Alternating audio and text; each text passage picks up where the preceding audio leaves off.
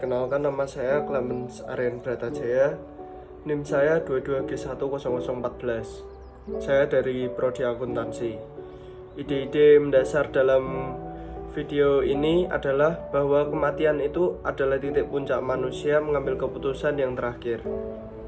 Jika orang memiliki pemahaman sampai di situ, maka orang akan berusaha dalam kematian itu mengambil keputusan yang baik atau yang sempurna, lalu yang bisa menyatukan manusia dengan yang ilahi.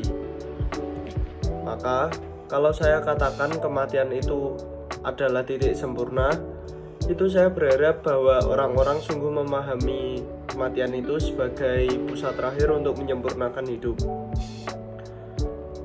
Kesempurnaan hidup kita adalah bersatu dengan yang ilahi. Apa yang dimaksud narasumber dengan kematian yang harmonis? Lalu bagaimana cara mencapai kematian tersebut?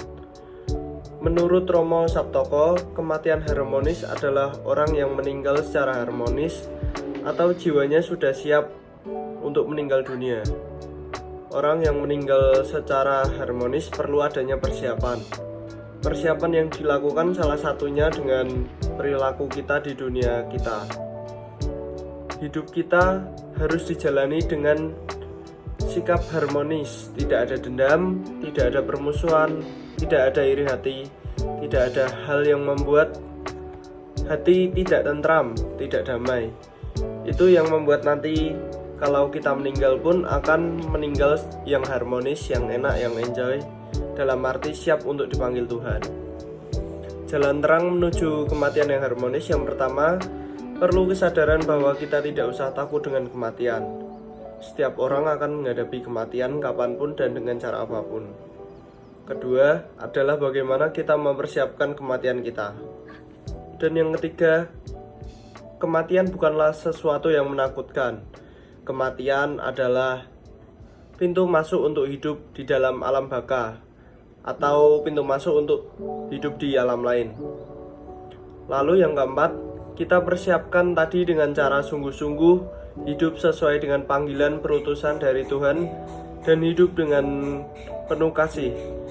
Saya tidak ada dendam, tidak ada iri hati, dan sungguh di dalam segala seluruh hidup itu kita mencoba mengikuti kehendak Tuhan. Yang kelima, jangan pernah kita terikat dengan apapun yang di dunia ini. Apapun itu, seperti harta dengan cara pesugihan. Ada terikat dengan seseorang atau dengan makhluk lainnya. Selama kita masih terikat hal itu yang akan mempersulit kita masuk ke alam baka. Yang keenam, kita dibutuhkan untuk mendoakan orang-orang yang sudah meninggal. Kan orang yang sudah meninggal tidak bisa menentukan nasibnya.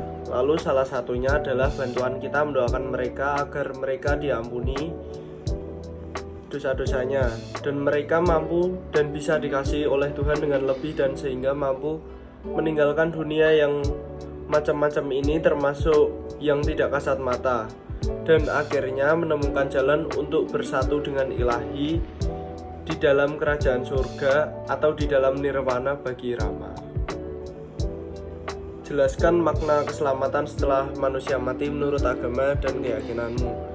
Bagaimana cara manusia mencapai keselamatan tersebut? Berikan kutipan kitab sucinya. Kita dapat melihat dari sini bahwa karena dosa manusia tidak memenuhi syarat untuk masuk ke kerajaan surga yang ditentukan oleh watak Tuhan yang suci dan benar. Jika kita tidak pernah bisa melepaskan belenggu dan kekangan dosa dan terus-menerus berbuat dosa dan menentang Tuhan, pada akhirnya kita akan disingkirkan dan dihukum. Oleh karena itu, untuk sepenuhnya menyelamatkan manusia dari cengkraman setan dan memungkinkan kita untuk melepaskan ikatan dan batasan dosa dan dimurnikan, Tuhan akan melakukan tahap pekerjaan keselamatan di akhir zaman. Ini adalah keselamatan yang telah Tuhan persiapkan untuk kita di akhir zaman, seperti yang dikatakan Alkitab. Jadi Kristus satu kali dikorbankan untuk menanggung dosa banyak orang dan kepada mereka yang mencarinya. Dia akan menampakkan diri kedua kalinya tanpa dosa untuk keselamatan. Ibrani bab 9 ayat 28. Tuhan Yesus telah memberitahu kita sejak lama, dan pada tengah malam terdengar teriakan, Lihat mempelai laki-laki datang, keluarlah menyambutnya. Matius 25 ayat 6. Mintalah, maka akan diberikan kepadamu. Carilah, maka engkau akan menemukan. Ketuklah, maka pintu akan dibukakan bagimu. Matius 7 ayat 7.